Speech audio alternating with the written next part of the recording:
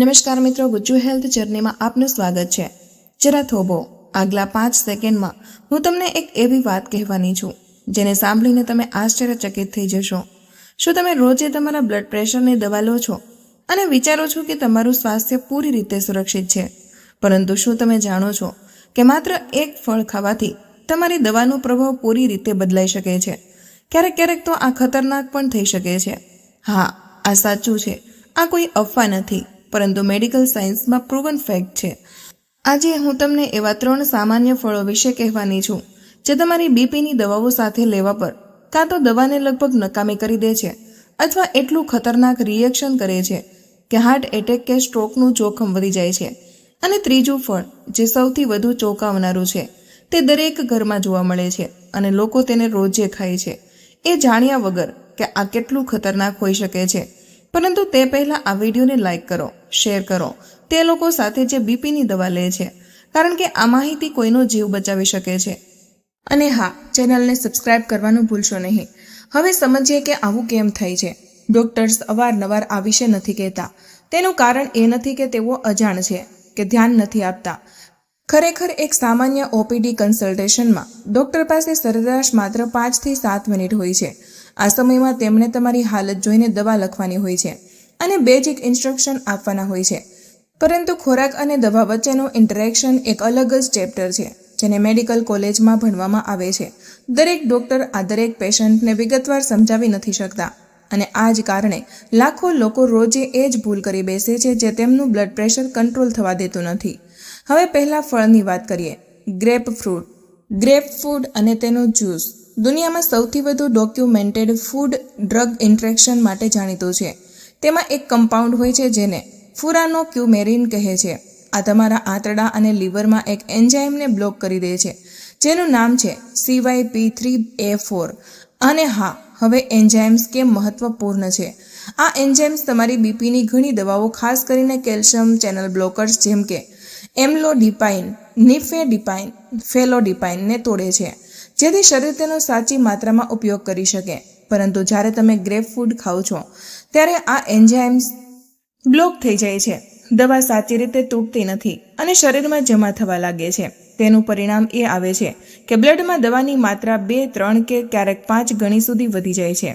નતીજો એ આવે છે કે બ્લડ પ્રેશર અચાનક ખૂબ જ નીચે પડી જાય છે, જેનાથી ચક્કર, બેહોશી કે ગંભીર કિસ્સાઓમાં સ્ટ્રોક સુધી થઈ શકે છે.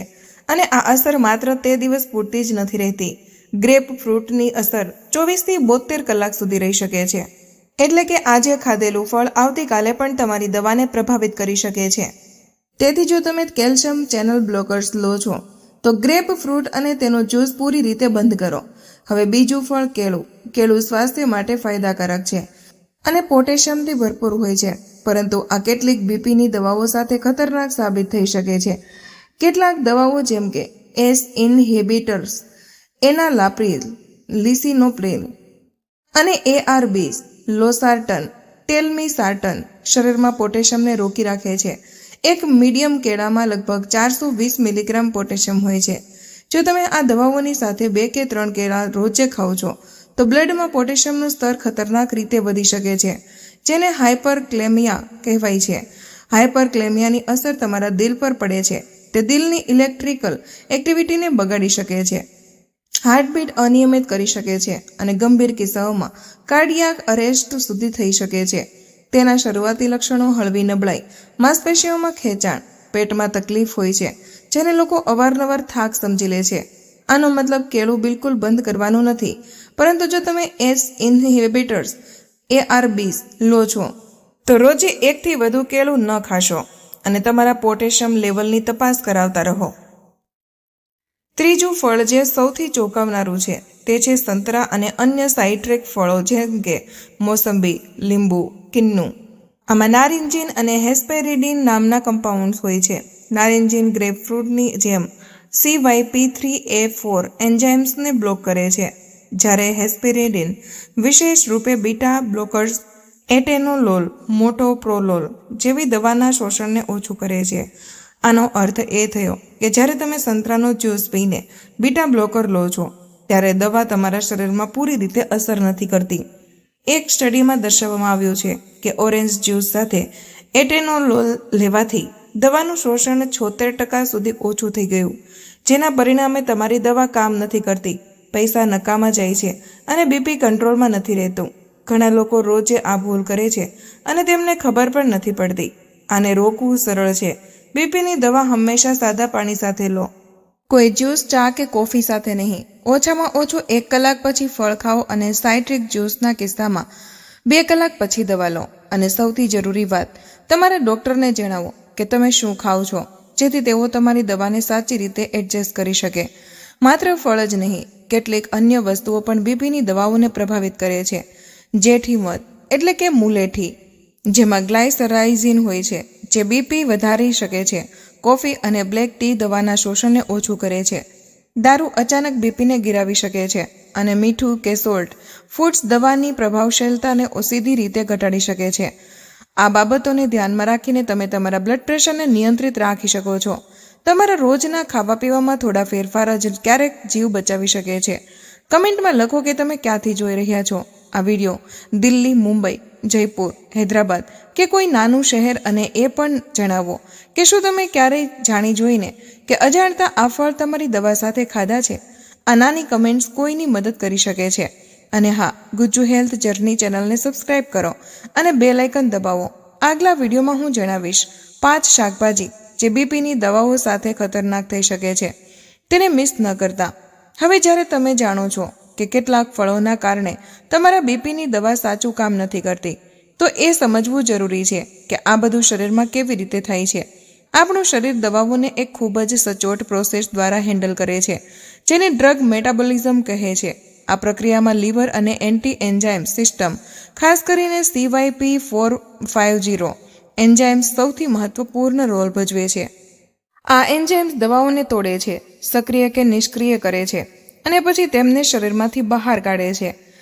હવે વિચારો, જો આ પ્રોસેસમાં કોઈ આડઅસર આવે, એટલે કે કોઈ એવો કમ્પાઉન્ડ જેમ કે ગ્રેપ ફ્રૂટમાં જોવા મળતું ફુરાનોક્યુમેરિન કે સંતરામાં નારિન્જીન આ સિસ્ટમને બ્લોક કરી દે તો શું થશે? આ કાં તો વધુ કામ કરશે, જેનાથી બ્લડ પ્રેશર અચાનક નીચે પડી જશે, અથવા ખૂબ ઓછું કામ કરશે, જેનાથી બીપી કંટ્રોલમાં નહીં રહે. બંને પરિસ્થિતિઓમાં ખતરનાક છે. એટલા માટે ડૉક્ટર હંમેશા કહે છે કે દવા સાદા પાણી સાથે લો.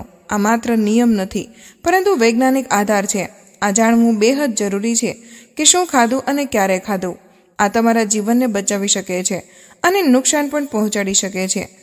હવે વાત કરીએ વધુ ફૂડ ડ્રગ ઇન્ટરેક્શન વિશે. ઘણા લોકો વિચારે છે કે માત્ર ફળ જ અસર કરે છે, પરંતુ સત્ય એ છે કે કેટલીક શાકભાજી, મસાલા, કોફી, ચા, દારૂ અને મીઠું પણ દવાઓની અસરને બદલી શકે છે. ઉદાહરણ તરીકે જેઠી મધ એટલે કે મુલેઠી, લિકોરાઇડ્સ.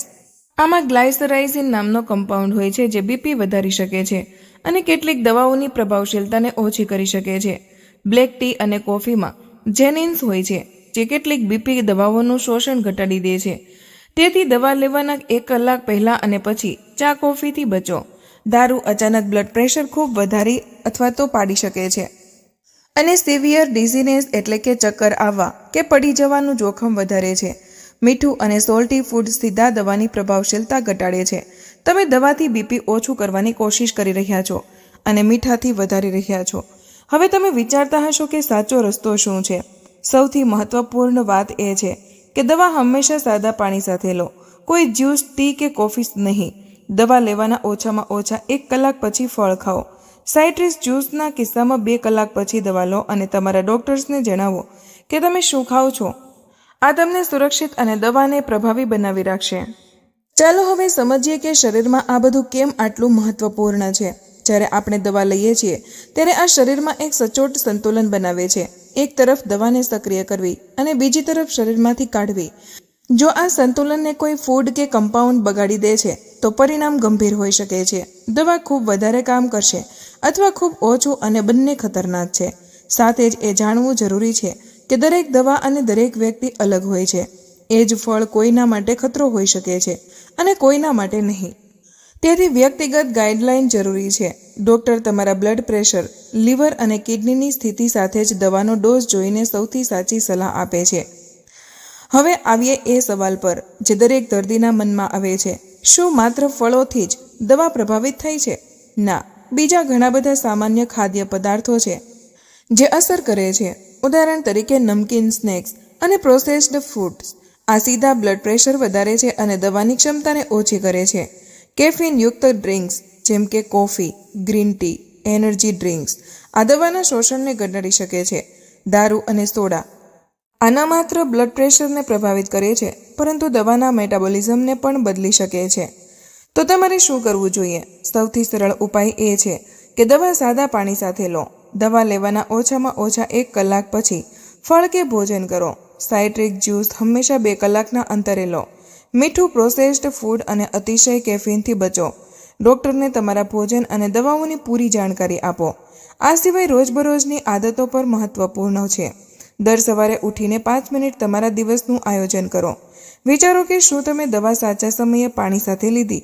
શું કોઈ ફળ કે જ્યુસથી તમારું બેલેન્સ બગડી શકે છે? આ નાનકડું 10 સેકન્ડનું રૂટીન તમારા બ્લડ પ્રેશર સુરક્ષિત રાખવામાં મોટો તફાવત લાવી શકે છે.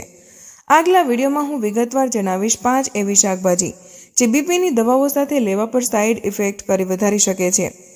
તેથી ગુજ્જુ હેલ્થ જર્ની ચેનલને સબસ્ક્રાઇબ કરો અને બેલ આઇકન દબાવવાનું ભૂલશો નહીં. અને યાદ રાખો, માત્ર દવા લેવી પૂરતી નથી. સાચો સમય, સાચું પાણી, સાચું અંતર અને સાચો ખોરાક એ જ પૂરી સુરક્ષા છે. તમારા નાના નાના નિર્ણયો જેમ કે દવા લેતા પહેલાં વિચારવું કે શું ખાધું અને શું પીધું તે વર્ષોમાં મોટા ફેરફારો લાવી શકે છે. હવે આપણે વાત કરીશું તે 5 સૌથી સામાન્ય શાકભાજી અને ફ્રૂટ્સની જે બ્લડ પ્રેશરની દવાઓને અસરથી પ્રભાવિત કરી શકે છે. આ માહિતી તે લાખો લોકો માટે બેહદ જરૂરી છે જેઓ દરરોજ દવા લે છે અને વિચારે છે કે મેં દવા લીધી એટલે બધું બરાબર છે. પહેલી વસ્તુ છે પાલક અને અન્ય લીલા પાંદડાવાળા શાકભાજી. પાલકમાં ઓક્સાલેટ્સ અને પોટેશિયમની માત્રા ખૂબ વધારે હોય છે. જો તમે એસ ઇનહેબિટર્સ અને ARBs જેવી દવાઓ લઈ રહ્યા છો તો ખૂબ વધારે પોટેશિયમ લોહીમાં જમા થઈ શકે છે. આની અસર હૃદયની ઇલેક્ટ્રિકલ એક્ટિવિટી પર પડે છે અને ક્યારેક હાર્ટ એટેકનું જોખમ પણ વધી જાય છે. તેથી આવી શાકભાજીઓનું સેવન મર્યાદિત કરો અને હંમેશા ડૉક્ટરની સલાહ લો. બીજી વસ્તુ છે ટમેટાં અને ટમેટામાંથી બનેલી વસ્તુઓ જેમ કે સોસ, કેચઅપ. આમાં પણ ઓક્સાલેટ અને કેટલાક સાઇટ્રિક કમ્પાઉન્ડ્સ હોય છે. આ દવાઓના શોષણને પ્રભાવિત કરી શકે છે અને બ્લડ પ્રેશરને નિયંત્રિત કરવામાં ઓછું કરી શકે છે. ત્રીજી વસ્તુ છે લસણ અને ડુંગળી. હા, આ હેલ્ધી છે અને બ્લડ પ્રેશરને પ્રાકૃતિક રીતે ઓછું કરવામાં મદદ કરી શકે છે. પરંતુ જો તમે લોહી પાતળું કરવાની દવાઓ કે બીપી મેડિસિન્સ લો છો તો આનું અત્યંત સેવન લોહી ગઠ્ઠાઈ જવાની પ્રક્રિયાને બદલી શકે છે. હળવું સેવન હંમેશા સુરક્ષિત રહે છે. ચોથી વસ્તુ છે બીન્સ અને દાળ. આ પ્રોટીન અને પોટેશિયમનો સારો સ્ત્રોત છે, પરંતુ જો દવા સાથે ખૂબ વધારે માત્રામાં લેવામાં આવે તો આ પોટેશિયમ લેવલને વધારી શકે છે. ખાસ કરીને એસ ઇનહિબિટર અને ARBs લેવનારાઓ માટે. 5મી અને સૌથી સામાન્ય વસ્તુ છે બીટ અને બીટનો જ્યુસ. આ બ્લડ પ્રેશર માટે સુપરફૂડ માનવામાં આવે છે, પરંતુ જો દવા સાથે જ્યુસના રૂપમાં ખૂબ વધારે લેવામાં આવે તો બ્લડ પ્રેશર અચાનક નીચે પડી શકે છે. હંમેશા ઓછી માત્રામાં લો અને દવાથી સમયનું અંતર રાખો. હવે સવાલ આવે છે કે સાચો રસ્તો શું છે જેથી દવા અસરદાર રહે અને ફૂડ્સ સુરક્ષિત રહે. દવા હંમેશા સાદા પાણી સાથે લો. દવા લેવાના ઓછામાં ઓછા 1 કલાક પછી જ કોઈ ભોજન કે ફળ લો. સાઇટ્રસ જ્યુસ, ગ્રેપફ્રૂટ અને સંતરાનો જ્યુસ હંમેશા 2 કલાકના અંતરે લો. મીઠું, પ્રોસેસ્ડ ફૂડ અને અતિશય કેફીનથી બચો. તમારા ડૉક્ટરને પૂરી જાણકારી આપો કે તમે શું ખાઓ છો. એક બીજી જરૂરી ટીપ, દિવસની શરૂઆત 10 સેકન્ડ વિચારીને કરો.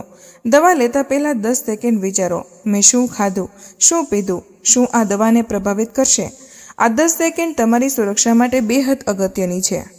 આ નાનકડું રૂટીન વર્ષોમાં મોટો તફાવત લાવી શકે છે. હવે વાત કરીએ તે સિમ્પલ આદતોની જે બ્લડ પ્રેશરને નિયંત્રિત રાખવામાં અને દવાઓને અસરદાર બનાવવામાં મદદ કરે છે. રોજનું ઓછામાં ઓછું 3 લીટર પાણી પીવો. પાણી બ્લડ પ્રેશર અને દવાઓના શોષણમાં મદદ કરે છે. હળવો અને સંતુલિત ખોરાક લો. વધારે મીઠું, તળેલું, શેકેલું અને પ્રોસેસ્ડ ફૂડ ટાળો.